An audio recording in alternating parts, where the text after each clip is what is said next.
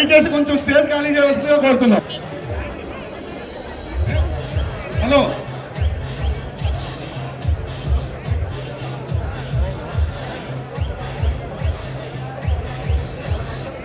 మనకు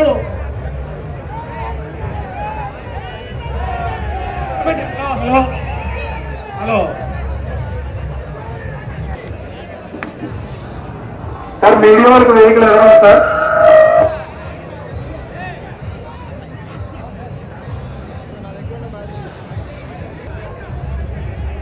రంగా గారు,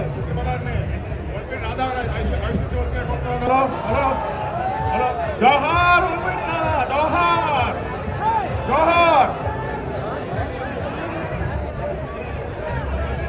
మద్దతు తెలియజేస్తా ఉన్నారు. ఆదిరెడ్డి వాసు గారు కుటుంబాన్ని జనంతో కలిసి ఉన్నారని చెప్పని ఎన్నో ఇబ్బందులు పెట్టారు, కేసులు కట్టారు, సిఐడి కేసులు కట్టారు, లోపలేశారు. అయినా సరే ప్రజల మద్దతు ఉంది కాబట్టి ఈ ఎన్నికల్లో విజయం తథ్యం అని చెప్పని కూడా, ఎందుకంటే ప్రజలతో నుంచున్నారు, ప్రజల తరపున ఎల్లప్పుడూ ఉంటారని చెప్పని ప్రజలకు ఒక భావన ఉంది. తప్పకుండా మనందరం కలిసికట్టుగా నడవాల్సిన అవసరం ఉంది. ఎంతో మంది నాయకులు పవన్ కళ్యాణ్ గారు జనసేన 21 సీట్లు తీసుకుందని చెప్పి అంటూ ఉన్నారు. ఎన్ని సీట్లు తీసుకున్నావు, ఎంత తగ్గావని చెప్పని కాదు, ఒక పిలిపిస్తే ఆయన నమ్మిన, ఆయన అభిమానించే ప్రతి ఒక్క జన సైనికులు కలిసికట్టుగా నడుస్తారని చెప్పని ఒక నమ్మకం ఉంది కాబట్టి ఆయన మద్దతు తెలియజేశారు. ఇవాళ ఈ కూటమికి అందరూ కలిసికట్టుగా పనిచేయాలని చెప్పని, ప్రజల తరపున నుంచోవాలని చెప్పని, జనం ముఖ్యమా జగన్ ముఖ్యమా అని చెప్పని భావించారు కాబట్టి ఈ కూటమికి మద్దతు తెలియజేశారని చెప్పని కూడా మీ అందరికీ చెప్తా ఉన్నాం. అలాంటి ప్రభుత్వం అవసరమా, లేదంటే ప్రజల తరపున నుంచుని మన వాసు అవసరమా అని చెప్పని కూడా మిమ్మల్ని ఆనందిస్తాం కోరుకుంటా ఉన్నాను. అలాగే ఈ ప్రాంతంలో నుంచుంటున్న పార్లమెంట్ సభ్యులు పురంధేశ్వరి గారు, పైన మనం గెలిపించుకుంటే, మనందరం ఈ 3 వారాలు బాధ్యత తీసుకుని పోరాడి గెలిపించుకుంటే తప్పకుండా కేంద్రం నుంచి ఎటువంటి నిధులైనా సరే తీసుకొచ్చే ఒక సత్తా ఉన్న నాయకురాలు ఆమె. మనందరం మద్దతు తెలియజేయాల్సిన బాధ్యత మనందరికి ఉంది. మనం ఈ 3 వారాల పాటు మనం బాధ్యత తీసుకుంటే తర్వాత 5 సంవత్సరాల పాటు వాళ్ళు మనందరి తరపున నుంచుంటారని చెప్పిన కూడా మిమ్మల్ని అందరికీ కోరుకుంటూ, మా ఆదిరెడ్డి వాసు గారికి ప్రత్యేకించి నేను ధన్యవాదాలు తెలియజేస్తున్నాను. ఈనాడు సోదరులు వంగవీటి రాధా గారిని ఇక్కడికి పిలిపించి మాకు అండగా నిలబడే దిశగా అడుగులు తీసుకుంటున్నటువంటి సందర్భంలో వాసు గారికి నేను ప్రత్యేకించిన ధన్యవాదాలు తెలియజేస్తున్నాను. అదేవిధంగా వంగవీటి సోదరికి కూడా నేను ప్రత్యేకించి నా కృతజ్ఞతలు తెలియజేసుకుంటున్నాను. వారు ఎన్డీఏ కూటమిని బలపరచాలని, ఇక్కడ ఏదైతే ప్రజా సంక్షేమ పాలనని మనం ప్రతిష్ఠించాలి అని చెప్పి భావిస్తున్నామో ఆ ఆలోచనకి, ఆ సంకల్పానికి తన మద్దతు ఇవ్వాలి అని చెప్పి ఇక్కడికి వచ్చినటువంటి సోదరుడు రాధా గారికి కూడా ప్రత్యేకించి నా హృదయపూర్వక కృతజ్ఞతలు, ధన్యవాదాలు నేను తెలియజేస్తున్నాను. ప్రజా సమస్యల పట్ల స్పందించేవారు, ఎక్కడైనా సరే బడుగు బలహీన వర్గాల వారికి కనుక అన్యాయం జరుగుతున్నట్లయితే వెంటనే వెళ్ళి అక్కడ వారికి అండగా నిలబడేవారు. ఏ లక్ష్యానికి వారు తమ జీవితాన్ని అర్పించారో మనందరికీ తెలియనటువంటి విషయం కాదు. ఆ తండ్రి చూపినటువంటి బాటలో నడుస్తూ ఇవాళ ఆ తండ్రికి తగ్గ తనయుడుగా సమాజంలో ఇబ్బందులు ఎదుర్కొనేటువంటి వారందరికీ కూడా మీరెవ్వరూ ఇబ్బంది పడిన అవసరం లేదు, భయపడిన అవసరం లేదు, నేను మీకు తోడుగా ఉన్నాను అని చెబుతూ అన్నా అని పిలిస్తే పలికే గొంతుగా ఇవాళ వచ్చినటువంటి సోదరులు వంగవీటి గారికి కూడా నేను ప్రత్యేకించి నా ధన్యవాదాలు తెలియజేస్తున్నాను. అటువంటి ప్రజాప్రతినిధులని నేను ప్రశ్నిస్తున్నాను. మీరు స్థానికులుగా ఉండి మీరు రాజమహేంద్రవరం అభివృద్ధికి ఏమి చేశారు అని చెప్పి నేను వారిని ప్రశ్నిస్తున్నాను. మన పక్కనే పారేటువంటి గోదావరి ప్రక్షాళనకి కేంద్రం 50 కోట్లు నిధులు ఇస్తే నేటి వరకు కూడా ఆ పనులు ప్రారంభించకపోవడం మరి మీకు రాజమహేంద్రవరం పట్ల ఉన్నటువంటి అంకిత భావానికి నిదర్శనమా అని చెప్పి వారిని నేను ప్రశ్నిస్తున్నాను.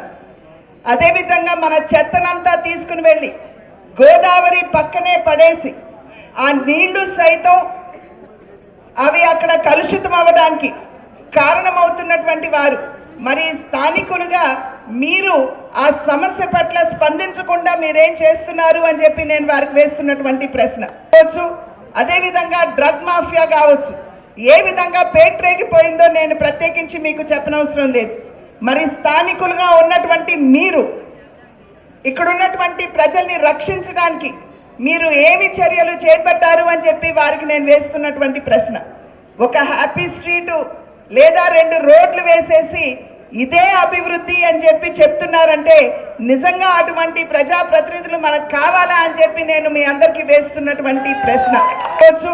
అదేవిధంగా డ్రగ్ మాఫియా కావచ్చు, ఏ విధంగా పేట్రేగిపోయిందో నేను ప్రత్యేకించి మీకు చెప్పనవసరం లేదు. మరి స్థానికులుగా ఉన్నటువంటి మీరు ఇక్కడ ఉన్నటువంటి ప్రజల్ని రక్షించడానికి మీరు ఏమి చర్యలు చేపట్టారు అని చెప్పి వారికి నేను వేస్తున్నటువంటి ప్రశ్న. ఒక హ్యాపీ స్ట్రీటు లేదా 2 రోడ్లు వేసేసి ఇదే అభివృద్ధి అని చెప్పి చెప్తున్నారంటే నిజంగా అటువంటి ప్రజాప్రతినిధులు మనకు కావాలా అని చెప్పి నేను మీ అందరికీ వేస్తున్నటువంటి ప్రశ్న. త్యాగం చేసి ఈ రోజున తనని తగ్గించుకుంటూ ఈ రోజు ఎందుకు ముందుకు వెళ్తా ఉన్నారు? రాష్ట్రం కోసం, రాష్ట్ర శ్రేయస్ కోసం ఆయన సంకల్పం ఏదైతే ఉందో, ఆయన ఆశయం ఏదైతే ఉందో ఎక్కడా కూడా చెక్కు చెదరకుండా, ఎక్కడ ఉన్నా సైకిల్ ఉంటే గ్లాసు ఓట్లన్నీ సైకిల్కి, గ్లాసు ఉంటే అక్కడ ఓట్లన్నీ సైకిల్, కమలం ఓట్లన్నీ గ్లాస్కి పడే విధంగా పవన్ కళ్యాణ్ గారి యొక్క నిర్ణయాన్ని మీరందరూ కూడా ఆమోదించాలి. ఎన్డీఏ కూటమి రాజమండ్రి ఎంపీ అభ్యర్థినిగా మా యొక్క గుర్తు పెట్టుకుంటానని వేదిక ద్వారా మీకు తెలియజేస్తా ఉన్నా. ఆధిపత్యం చలాయించాలని, భయపెట్టాలని ప్రయత్నం చేసేవాళ్ళు ఎవరైనా సరే వారికి అండగా నిలబడి రొమ్ము మెరిచి మీకు వంగవీటి కుటుంబం అండగా ఉందని తిరిగే నైజం మా అన్న రాదన్నది. ఆయనే ఆదర్శం. తప్పకుండా ఆయన ఇచ్చిన స్ఫూర్తితో ముందుకు వెళ్తాం. బలహీన వర్గాల యొక్క అభ్యున్నతి కోసం కృషి చేస్తాం. అలాగే తెలుగుదేశం పార్టీ కార్యకర్త లేని పల్లె అనేది ఉండదు. సైకిల్, ఇంకొక ఓటు కమలం, 2 ఓటులకి వేసి ప్రజాస్వామ్యాన్ని కాపాడి ఎన్డీఏ కూటమికి మద్దతు ఇవ్వాలని మీ అందరినీ కూడా పేరు పేరుగా అభ్యర్థిస్తూ, మహేంద్రవరానికి పెద్దగా చేసినటువంటిది లేదు అనేటువంటి విషయం మీ అందరికీ తెలుసు. నన్ను పదే పదే చెప్తున్నారు స్థానికేతర పార్కులు, డివైడర్లు కావాలా, ఉద్యోగాలు కావాలా, ఏది కావాలి గట్టిగా?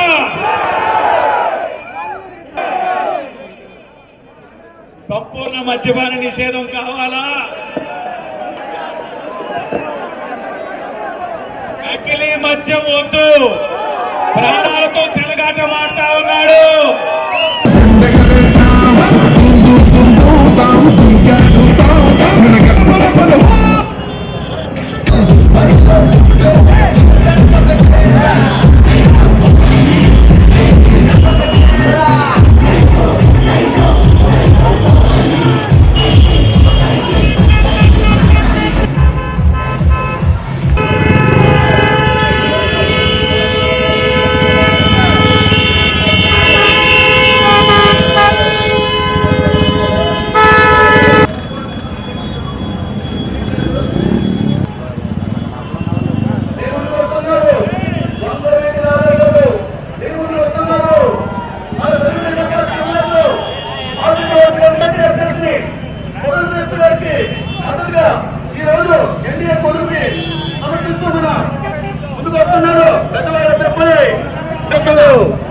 వంగవీటి రాధా గారు మీ ముందుకు వస్తున్నారు.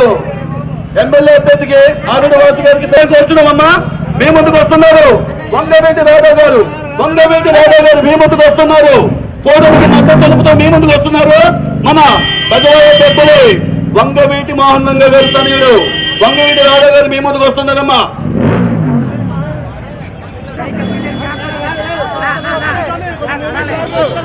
మీ ముందుకు వస్తున్నారు మన తెలుగుదేశం పార్టీ యువ నాయకుడు ఆదిటి వాసు గారికి మద్దతుగా వంగవీటి మోహన్ రంగ గారి తనయుడు వంగవీటి రాధా గారు మీ ముందుకు ఎన్డీఏ కూటమికి మద్దతు తెలుపుతూ మీ ముందుకు వస్తున్నారు.